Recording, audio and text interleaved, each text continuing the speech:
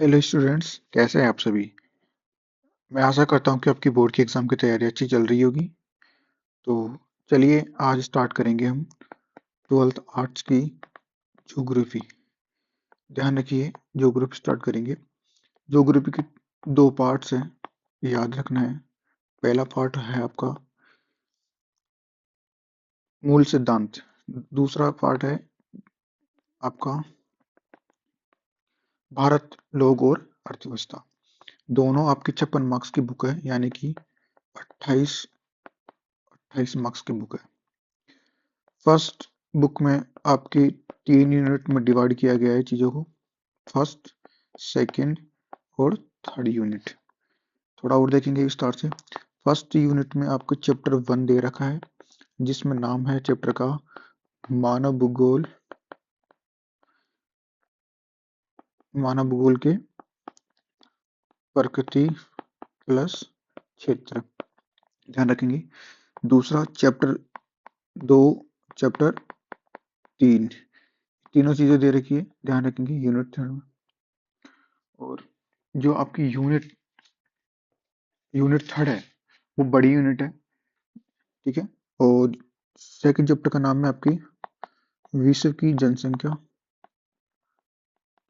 ध्यान रखेंगे, वितरण घनत्व, ठीक है। तो थर्ड चैप्टर है आपका मानव विकास। थर्ड यूनिट में चैप्टर 4, फिफ्थ, सिक्स, 7 और 8 ही दे रखा है, यानी कि ये तीनों चैप्टर है 4, फिफ्थ, 6, ये प्राथमिक क्रियाकलाप, द्वितीय क्रियाकलाप, तृतीय क्रियाकलाप, चतुर्थ और पंचम क्रियाकलाप से रिलेटेड है। 7 चैप्टर है परिवहन और संचार से, यानी कि ट्रांसपोर्ट और कम्युनिकेशन से रिलेटेड है। 8 चैप्टर है इंटरनेशनल ट्रेड से, अंतर्राष्ट्रीय व्यापार से रिलेटेड है। और जो इसमें 2 नंबर का जो आता है वो वर्ल्ड मैप, ध्यान रखिए 4 ऑप्शन आएंगे, तो 2 नंबर के। तो क्लियर हुआ। इसमें सबसे ज्यादा जो इम्पोर्टेंट है वो ये है यूनिट थर्ड। चलो स्टार्ट करते हैं यूनिट फर्स्ट के फर्स्ट चैप्टर से। इसको थोड़ा सा देख लेते हैं क्या है। फर्स्ट चैप्टर यूनिट का फर्स्ट चैप्टर है मानव भूगोल, प्रकृति व विषय क्षेत्र। क्या नाम है? मानव भूगोल, प्रकृति प्लस विषय क्षेत्र। जैसा कि हम जानते हैं मानव भूगोल किसकी शाखा है? ये भूगोल की शाखा है। और मानव भूगोल के अंतर्गत हम दो चीजों का अध्ययन करते हैं। पहला है मानवीय गतिविधियों का, किसका? मानवीय गतिविधियों का। दूसरा है उससे जुड़ी हुई प्रक्रियाओं का, किसका? उससे जुड़ी हुई प्रक्रियाओं का। इसे ही क्या बोला जाता है? मानव भूगोल। इसे ही क्या बोला जाता है? मानव भूगोल। That simple. इसके आगे हम बात करते हैं कि आपकी बुक्स में कुछ भूगोलवेताओं की छोटी छोटी परिभाषा दे रखा है, और वो परिभाषा रिलेटेड है मानव भूगोल से, कि मानव भूगोल के बारे में वेताओं ने क्या क्या बोला है। पहला जो व्यक्ति का नाम आया है वो है रेट जेल। किसका नाम आया है? Ratzel. ये बहुत बड़े भूगोलवेता रहे हैं मानव भूगोल से रिलेटेड, जिन्होंने बोला है कि कैसा मानव भूगोल वह भूगोल, मानव भूगोल को क्या बोला? मानव भूगोल वह भूगोल जिसमें मानव समाजों प्लस धरातल के बीच, धरातल के बीच संबंधों का संश्लेषित अध्ययन है। संश्लेषित अध्ययन है, इस शब्द पर जोर दिया गया है इसमें बार बार में, संश्लेषित शब्द। क्या बोले रेडजेल बोलते हैं कि मानव भूगोल वह भूगोल जिसमें मानव समाज और धरातल के बीच संबंधों का संश्लेषित अध्ययन है। साथ ही दूसरे भूगोल वेता रहे आपके, वो है एलएनसी सैंपल। एलएनसी सैंपल क्या बोलते हैं? वही इसी परिभाषा को थोड़ा बड़ा रूप देते हैं। वो बोलते हैं कि अस्थिर पृथ्वी, अस्थिर पृथ्वी, अस्थिर पृथ्वी प्लस क्रियाशील क्रियाशील मानव के बीच स्थिर पृथ्वी क्रियाशील मानव के बीच परिवर्तनशील संबंधों का अध्ययन है। परिवर्तनशील संबंधों का अध्ययन। ध्यान देंगे एलएनसी सैंपल परिवर्तनशील संबंधों पर जोर दे रहा है, जबकि रेड जेल आपकी संश्लेषित शब्द पर जोर दे रहे हैं। यहाँ तक क्लियर हुई चीजें? आई होप कि आपको याद हुआ होगा। मैं दोबारा बोलता हूँ, रेड जेल आपकी किस परिभाषा पर जोर देते हैं कि मानव भूगोल वह भूगोल जिसमें मानव समाजों और धरातल के बीच संबंधों का संश्लेषित अध्ययन करता हो, वह मानव भूगोल कहलाता है। एलएनसी सैंपल बोलती है कि अस्थिर पृथ्वी और क्रियाशील मानव के बीच परिवर्तनशील संबंधों का अध्ययन ही आपका मानव भूगोल कहलाता है। क्या कहलाता है? मानव भूगोल कहलाता है। यहाँ तक हो गया। जब भी आप इस परिभाषा को पूरा करें तो डबल इन्वर्टेड कोमा में बंद कर देंगे, ध्यान रहे। ठीक है, ये दो भूगोल वेताओं की बात कर ली। इसके बाद में जो तीसरे भूगोल वेता है वो है पोल विडाल। हम इसको शॉर्ट नाम से जानते हैं, लेकिन इनका पूरा नाम पोल विडाल डी लोब्लॉस है। क्लियर हुआ? ये पूछता नहीं है पूरा नाम, लेकिन हमें पोल विडाल के नाम से भी याद रहेगा। ये क्या बोलते हैं? ये इन्हीं परिभाषा को मर्ज करते हुए बड़ी परिभाषा बनाते हैं। ये बोलते हैं कि हमारी पृथ्वी को, जो हमारा ग्रह है, हमारी पृथ्वी है, उसको, हमारी पृथ्वी को नियंत्रित करने वाले, यानी कंट्रोल करने वाले, हमारी पृथ्वी को नियंत्रित करने वाले, हमारी पृथ्वी को नियंत्रित करने वाले भौतिक नियमों, हमारी पृथ्वी को नियंत्रित करने वाले भौतिक नियम तथा, फिर देखो एक ये परिभाषा दो भागों में, एक यहाँ तक तोड़ दिया, हमारी पृथ्वी को नियंत्रित करने वाले भौतिक नियमों तथा उस पर रहने तथा इस पर रहने वाले जीवों, जीवों के अंदर से मनुष्य, प्राणी जात, मनुष्य जात सब आ गए इसमें, जीवों के मध्य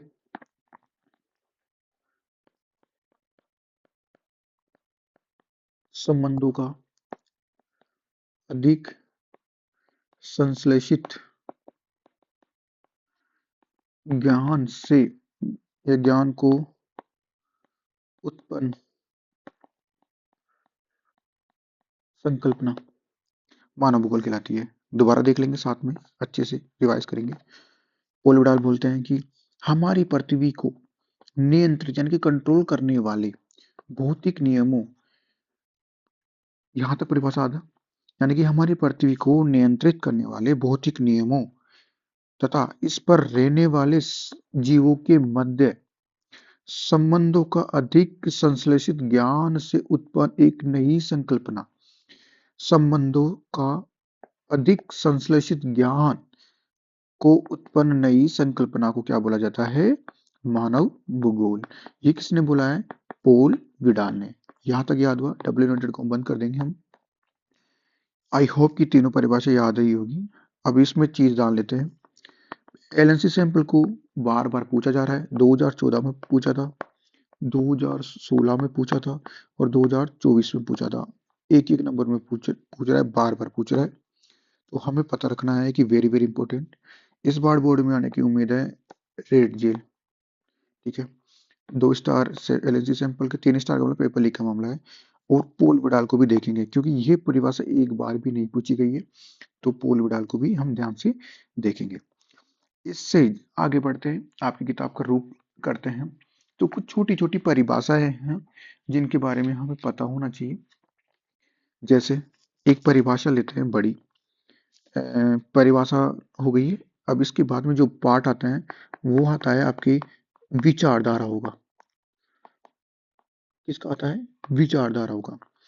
विचारधारा है, कुछ बड़ी बड़ी छोटी छोटी विचारधारा है जो किताब के हिसाब से इंपॉर्टेंट है। पहली है पर्यावरणीय निश्चयवाद। पहली कौन सी है? पर्यावरण निश्चयवाद। दूसरी है संभववाद। दूसरी कौन सी है? संभववाद। तीसरी कौन सी है?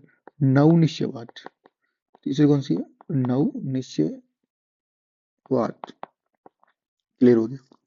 इसको लोकप्रिय बनाने का काम रेड जेल ने किया था। ठीक है, इसके प्रतिपादक कौन है? Paul Vidal. प्रतिपादक या जनक पॉल विडाल है। इसके प्रतिपादक है ग्रिफिथ टेलर। राइट, इसके प्रतिपादक कौन है? Griffith Taylor.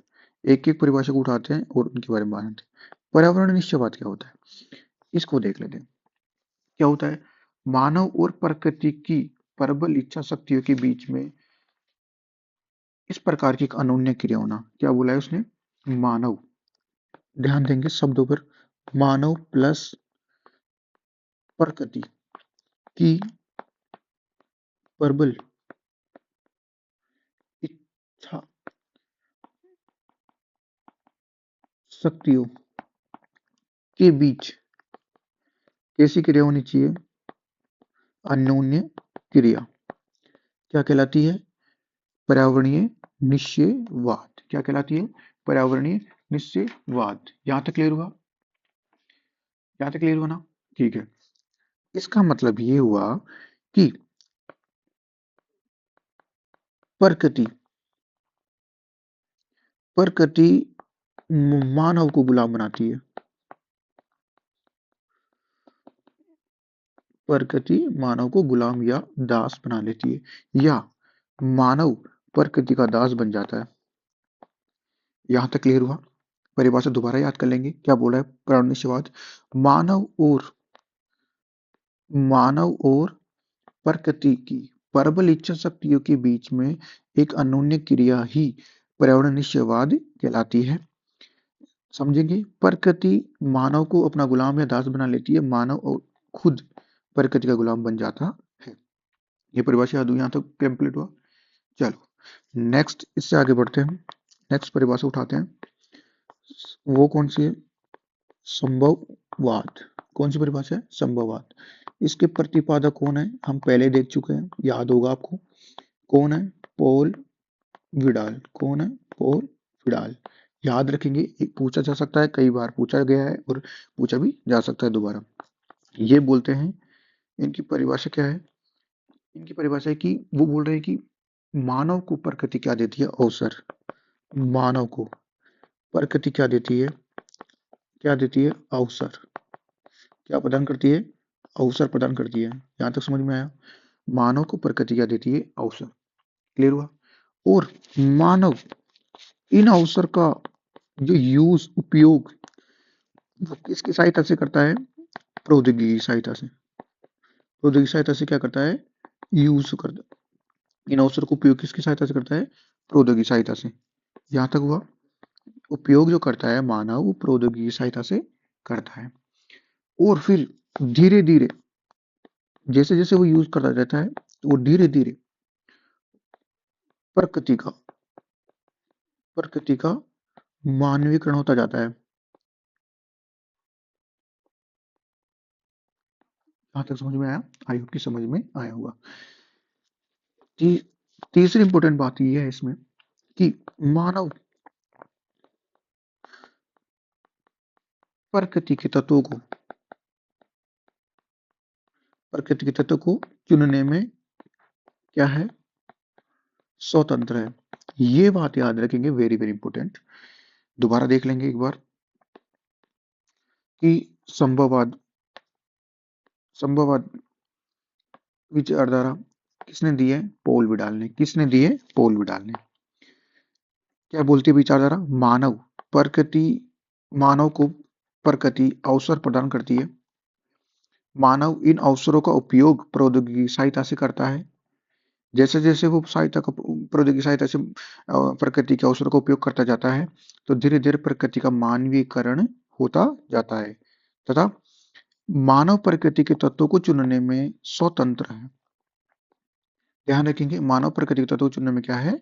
स्वतंत्र। दो परिभाषा विचारधाराएं हो गई आपकी बड़ी। ठीक है, अब इसके बाद में हम जो देखेंगे वो है नव निश्चयवाद विचारधारा। कौन सी विचारधारा? नव निश्चयवाद विचारधारा। तीनों विचारधारा इंपॉर्टेंट है, इसलिए तीनों विचारधारा को हमने साथ में समझ लिया और ताकि कंफ्यूजन ना हो। पहली बात हमने देखेंगे इसके प्रतिपादक कौन है? तो प्रतिपादक आपको पता है ग्रिफिथ टेलर, कंफ्यूज ना हुए आप। कौन है? ग्रिफिथ टेलर, ये याद रखेंगे। इसके फीचर्स क्या है, इसकी विशेषता क्या है, तो वो देख लेंगे एक बार। इसके फीचर्स इजी हैं। तो ये क्या बोलती है कि पर्यावरणीय निश्चयवाद, आपकी पर्यावरण निश्चयवाद और संभववाद, संभववाद विचारधारा के बीच, बीच संभववाद विचारधारा के बीच एक मार्ग परिलक्षित करती है।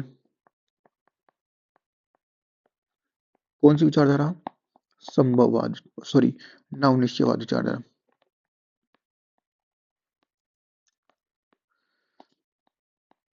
तो ऐसे पूछ सकता है बोर्ड वाला कि ऐसी कौन सी विचारधारा है जो पर्यावरण निश्चयवाद और संभववाद के बीच का मार्ग परिलक्षित करती है, निर्धारित करती है।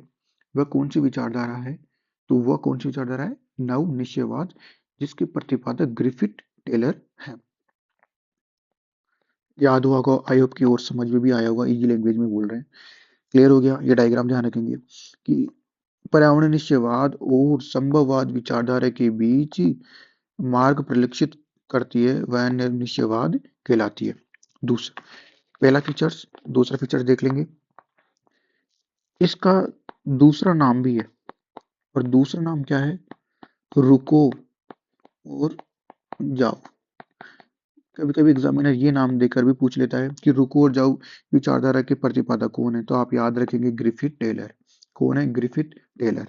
इंपॉर्टेंट है, ध्यान रखिए। क्लियर हुआ? इसमें इसमें मानव जो है, इसमें जो मानव है आपका, वो प्रकृति के साथ, इसमें मानव प्रकृति के साथ क्या करता है? मानव प्रकृति के साथ क्या करता है? संतुलन बनाने का कार्य करता है, संतुलन बनाने का कार्य करता है। ध्यान रखेंगे आप। मानव इसमें क्या करता है? संतुलन बनाने का कार्य करता है, बैलेंस अप्रोच अपनाने का काम करता है। इसमें दोनों में, मानव और प्रकृति के बीच में, दोनों में बैलेंस रहे, इसका काम करता है। ये विचारधारा को दोबारा एक बार रिवाइज कर लेंगे ताकि चीजें याद रहे। 3 विचारधाराएं हैं हमारे सामने। पहली कौन सी है? पर्यावरण निश्चयवाद। दूसरी संभववाद। तीसरी नव निश्चयवाद। पर्यावरण निश्चयवाद विचारधारा को लोकप्रिय बनाने का काम किया था रेडजियल ने। संभववाद विचारधारा के प्रतिपादक है पॉल विडाल। नव निश्चयवाद विचारधारा के प्रतिपादक है ग्रिफिथ टेलर। पर्यावरण निश्चयवाद विचारधारा क्या बोलती है कि मानव और प्रकृति की बीच प्रबल इच्छा शक्तियों की अन्योन्य क्रिया ही पर्यावरण निश्चयवाद कहलाती है। इसमें प्रकृति मानव को गुलाम या दास बनाती है, अर्थात मानव प्रकृति का गुलाम या दास बन जाता है। संभववाद विचारधारा प्रतिपादक किसने किया था? Paul Vidal. क्या बोलती है? मानव को प्रकृति अवसर प्रदान करती है, मानव इन अवसरों का उपयोग प्रौद्योगिकी की सहायता से करता है, और धीरे धीरे उपयोग करते करते धीरे धीरे प्रकृति का मानवीकरण होता जाता है। मानव प्रकृति के तत्वों को चुनने में क्या है? स्वतंत्र। उसके ऊपर कोई दबाव नहीं है, उसके ऊपर कोई फोर्सफुल चीज नहीं है। आगे, नवनिश्चयवाद का प्रतिपादन किसी कहते? ग्रिफिथ टेलर ने। क्या बोलती है? पर्यावरण निश्चयवाद और संभववाद विचारधारा के बीच का मार्ग परिलक्षित करती है, तय करती है। उसे कौन सी विचारधारा कहते हैं? नव निश्चयवाद। इन दोनों की विचारधारा के बीच की विचारधारा है ये। क्लियर हुआ? इसका दूसरा नाम क्या है? रुको और जाओ। दूसरा नाम क्या है? रुको और जाओ। ध्यान रखेंगे। क्या बोलती है? मानव प्रकृति के साथ साथ संतुलन बनाने का भी काम करती है। मानव प्रकृति के साथ संतुलन बनाने का क्या करते हैं? कार्य करते हैं। यहाँ तक क्लियर हुआ होगा, आई होप कि आपका क्लियर हुआ होगा यहाँ तक। आगे हम पढ़ते हैं। जो आगे हमारा टॉपिक है वो है, बड़ा टॉपिक है कि दो शब्द एक साथ है, प्रकृति का, मानव का प्रकृति। पहले मानव का प्रकृतिकरण कर लेते हैं। प्रकृति का मानवीकरण और मानव का प्रकृतिकरण, दो शब्द एक साथ ले लेते हैं, उठा लेते हैं।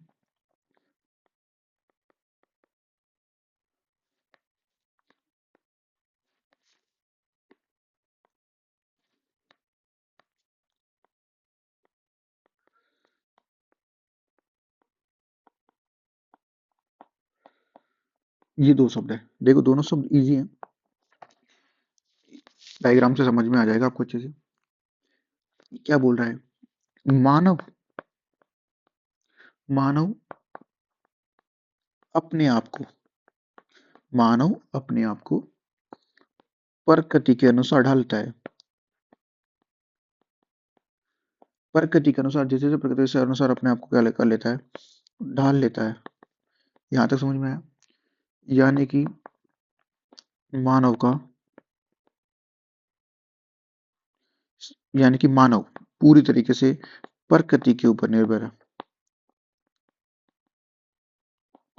यहां तक समझ में आया? इसमें देखिए, मानव द्वारा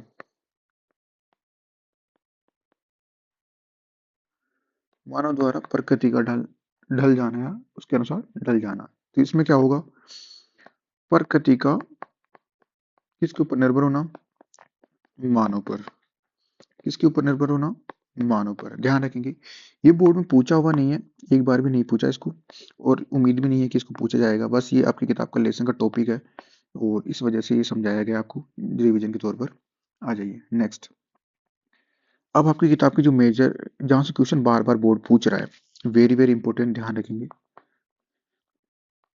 वेरी वेरी इंपॉर्टेंट। क्या पूछता है? वो पूछता है कि मानव भूगोल के भाग, देखिए मेजर पॉइंट बोल रहा हूं मैं, मानव भूगोल की भाग, इनको डिवाइड करेंगे। पहला है सामाजिक भूगोल। पहला कौन सा है? सामाजिक भूगोल।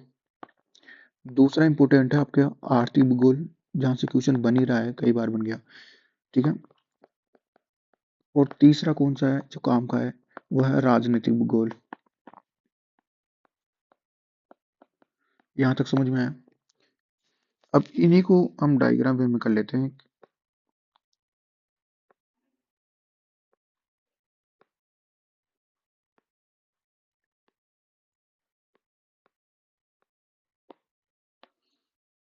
चलो, पहला तो हम साथ साथ डायग्राम वे भी सीख रहे हैं।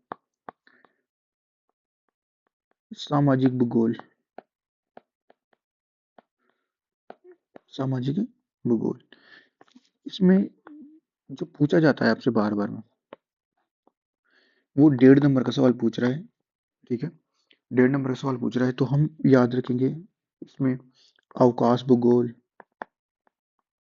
ठीक है, सांस्कृतिक भूगोल, ठीक है, लिंग भूगोल, और लास्ट वाला कौन सा है? व्यवहारवादी भूगोल। ये जरूर याद रखेंगे, 4 पूछा गया है और नाम लिखना है आपको, ठीक है। इसके अलावा सामाजिक कल्याण भूगोल भी है, जो आपको पता रखना है। आगे हम जो नेक्स्ट बात करते हैं वो है आपका आर्थिक भूगोल। कौन सा भूगोल? आर्थिक भूगोल। आर्थिक भूगोल के वैसे तो बहुत सारे रूप है, और सच बताऊं तो ये बोर्ड का फेवरेट टॉपिक माना जाता है। क्यों? क्योंकि 2015, आपका 2022, 2023, 2024, देख लो, वेरी वेरी इंपॉर्टेंट टॉपिक है ये। आपको ये रट्टा ही बांध जाना है एकदम बढ़िया से। लेकिन सामाजिक भूगोल को भी पूछा हुआ है, 2015 में पूछा हुआ है, तो वो याद रखेंगे। 2014 में पूछा हुआ है, तो इसके पार्टीशन देख लेते हैं कौन कौन से हैं।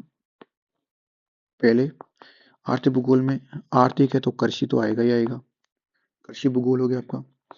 कृषि आएगा तो संसाधन भूगोल भी आएगा आपका, रिसोर्सेज, एग्रीकल्चर आ गया, रिसोर्सेज आ गया, एग्रीकल्चर आएगा तो उद्योग भूगोल भी आएगा, यानी कि इंडस्ट्रियल भी आएगा। इंडस्ट्रियल आएगा तो पर्यटन भी आएगा आपका, ठीक है। पर्यटन आएगा तो विपणन भूगोल भी आएगा। ये 5 नाम लिखे हुए हैं आपके सामने, इनमें से आपको कोई भी 4 नाम याद रखना है। 1.5 नंबर का सवाल आता है इसमें, और आता ही है। कृपया ध्यान रखिए, वो पूछेगा आर्थिक भूगोल के कोई 4 उपक्षेत्र बताइए, तो आपको पूरा लिखना है। कृषि भूगोल, संसाधन भूगोल, उद्योग भूगोल, पर्यटन भूगोल, विपणन भूगोल। हो गया यहाँ तक? जो थर्ड है आपका जो थर्ड है आपका वो है राजनीतिक या राजनीतिक भूगोल। इसको 2 भागों में बांटा गया है। पहला है आपका, जो पहला है वो वो है निर्वाचन भूगोल। पहला कौन सा है? निर्वाचन भूगोल। दूसरा कौन सा है? सैन्य भूगोल। दूसरा कौन सा है? सैन्य भूगोल। कब पूछा गया है? PYQ 2013 पूछा है। चाहे आप जाके PYQ देख सकते हैं। ये याद रखना है। राजनीतिक भूगोल के दो है, निर्वाचन सैन्य, निर्वाचन सैन्य, निर्वाचन सैन्य। ठीक है। आर्थिक भूगोल के 5 है, कृषि भूगोल, संसाधन भूगोल, उद्योग भूगोल, पर्यटन भूगोल, विपणन भूगोल। 4 बार पूछा हुआ है लगातार, तो इसको ध्यान में रखेंगे। सामाजिक भूगोल को पूछा हुआ है, 2015 में पूछा हुआ है, 2014 में पूछा हुआ है। इसके 4 पार्ट याद करना है। अवकाश, सांस्कृतिक, लिंग, व्यवहारवादी। अवकाश भूगोल, सांस्कृतिक भूगोल, लिंग, व्यवहारवादी भूगोल। ये इनके विषय उपक्षेत्र है। ये क्या है? इनके उपक्षेत्र है। ठीक है। मानव भूगोल तो अगर पूछे मानव भूगोल के भागों के नाम लिखिए, तो सामाजिक, आर्थिक, राजनीतिक लिखना है आपको। क्लियर हुआ? ये सभी चीजें हमने क्लियर कर ली। आई होप कि आपको समझ में आ गया होगा अच्छे से। इसके बाद में जो आप किताब में एक छोटा सा डायग्राम के तरीके से या छोटे से एक बॉक्स में समझा रखा है, तो उसको भी देख लेते हैं एक बार। वो क्या है? कुछ विचारधाराओं का उदय हुआ, और वो 1970 के दशक में, 1970 के दशक में कुछ विचारधाराओं का उदय हुआ। 3 विचारधारा आई सामने, हमारे सामने। पहली कौन सी है? कल्याणपरक या मानवतावादी। पहली कौन सी है? कल्याणपरक या मानवतावादी। दूसरी है अमूलवादी यानी कि रेडिकल। तीसरी कौन सी है आपकी? तीसरी है व्यवहारवादी विचारधारा। तीसरी कौन सी है? व्यवहारवादी विचारधारा। यहाँ तक क्लियर हुआ? थोड़ा सा देख लेते हैं एक एक लाइन में क्या करती है। ये लोगों के सामाजिक कल्याण के पक्षों पर बल देती है, जोर देती है। जैसे कि एग्जाम्पल, शिक्षा, हेल्थ आदि। क्लियर हुआ? अब मूलवादी, ये मार्क्स से प्रभावित है। ध्यान रखिए, मार्क्स से प्रभावित है, तो ये असमानता को कम करने पर क्या देती है? बल, या असमानता कम करने का जोर देती है। क्लियर हुआ? व्यवहारवादी विचारधारा क्या है? इसमें सामाजिक वर्गों के सामाजिक वर्गों के ऊपर आधारित है, सामाजिक वर्गों के ऊपर आधारित होती है। ये ध्यान रखेंगे थोड़ा सा। 3 विचारधारा हो गई। मैं आशा करता हूँ कि आपकी तैयारी अच्छी चल रही होगी और हमारा लेसन खत्म हो गया है। तो याद कर लेंगे दोबारा, बार बार वीडियो को देखकर चीज़ें समझ में आ जाएगी। अगर नहीं समझ में आए तो दोबारा वीडियो में जाइए और दोबारा उसको देखिए अच्छे से, ताकि समझ में अच्छे से आ जाए। लेसन खत्म हो गया है। ठीक है। और आपको बस ऐसे ही पढ़ते रहना है, और हम जल्दी जल्दी इनको सभी चीज़ों को कवर करेंगे।